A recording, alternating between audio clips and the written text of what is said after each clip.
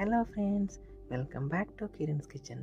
ఈరోజు మన కిచెన్లో ఎంతో రుచిగా ఉండే సర్వపిండి లేదా సరపిండి ఎలా చేసుకోవాలో చూద్దాం. దీనికి కావాల్సిన పదార్థాలు 2 కప్పుల బియ్యం పిండి, దాంట్లోనే చిన్నగా కట్ చేసిన ఉల్లిపాయలు వేయండి. అందులోనే కొన్ని పల్లీలు, అలాగే ఒక చిన్నగా కట్ చేసిన పచ్చిమిర్చి, దాంతోపాటు కొద్దిగా ఎల్లిపాయ ముద్ద, జీలకర్ర, ఆవాలు, అలాగే కొద్దిగా పసుపు అండ్ కొంచెం ఉప్పు రుచికి సరిపడా, దాంతోపాటు కొద్దిగా కారం వేసుకొని బాగా మిక్స్ చేయండి.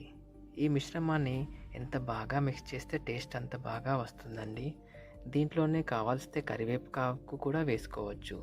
దీనిలోనే కొద్దిగా వాటర్ మిక్స్ చేస్తూ ఎక్కడా ఉండలు లేకుండా బాగా మిక్స్ చేయండి. ఉండలుంటే సొరపిండి మంచిగా రాదండి. సో ఉండలు లేకుండా కలిపితేనే మంచి కన్సిస్టెన్సీతో బాగా వస్తుంది సొరపిండి. సో ఇక్కడ వాటర్ సరిపోయేంత కలుపుకొని బాగా మిక్స్ చేయండి. ఒక 2 to 3 minutes కలిపిన తర్వాత ఈ కన్సిస్టెన్సీలోకి వచ్చిందండి. సో దీన్ని ఎంత బాగా కలుపుకుంటే సొరపిండి అంత టేస్ట్ వస్తుంది. ఈ పిండి కలిపిన తర్వాత ప్యాన్లో కొద్దిగా ఆయిల్ వేసుకొని ప్యాన్ చుట్టూ అంటేలా ఇలా తిప్పి వేయండి.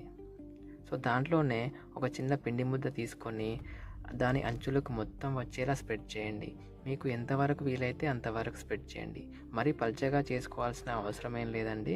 కొంచెం లావుగా ఉన్నా పర్లేదు, టేస్ట్ బాగానే ఉంటుంది. ఇలా అంచులకు అన్నిటికీ స్ప్రెడ్ చేసిన తర్వాత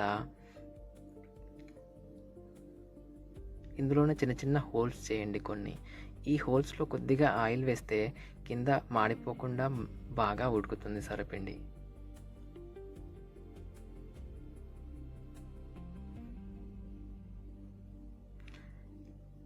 దీన్ని స్టవ్ పైన పెట్టుకొని ఒక 5 to 10 minutes ఉడికిస్తే ఎంతో టేస్టీగా ఉండే సొరపిండి రెడీ అయిపోయిందండి.